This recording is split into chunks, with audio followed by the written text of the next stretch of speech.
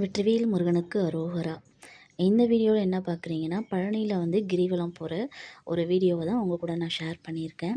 உங்களில் எத்தனை பேருக்கு பழனியில் கிரிவலம் போவாங்க அப்படின்னு தெரியும்னு மறக்காமல் கமெண்ட்டில் சொல்லுங்கள். ஏன்னா எனக்கு கண்டிப்பாக தெரியல இவ்வளோ நாளாக. இப்போ தான் ஃபஸ்ட் டைம் நான் போயிருக்கேன். எனக்கு தெரிஞ்சது திருவண்ணாமலையில் கிரிவலம் போகிறது மட்டும்தான் தெரியும். இந்த வீடியோலாம் நீங்கள் பார்த்து தெரிஞ்சுக்கோங்க. இன்னொன்று பார்த்தீங்கன்னா, என் கையில் ஒரு பூ இருக்கு இல்லையா, அது வந்து கடம்பன் மலர் அப்படின்னு சொல்லுவாங்க. இந்த பூவை வந்து பெண்கள் தலையில் வச்சுக்கிட்டு கிரிவலம் போகிறது ஐதீகம். இன்னொன்று பார்த்தீங்கன்னா, இந்த கிரிவலம் வந்து வருஷத்தில் 14 நாள் மட்டும்தான் போவாங்க. அதாவது சித்திரை கடைசி 7 நாளும், வைகாசி முதல் 7 நாளும் இந்த கிரிவலம் போவாங்க. நீங்கள் போயிருக்கீங்களா இல்லையான்னு கண்டிப்பாக கமெண்ட்டில் சொல்லுங்கள். இதை பற்றி தெரிஞ்சுக்கணுன்னா மறக்காமல் கமெண்ட்டில் கேளுங்க, நான் ஷேர் பண்ணுறவங்களுக்கு.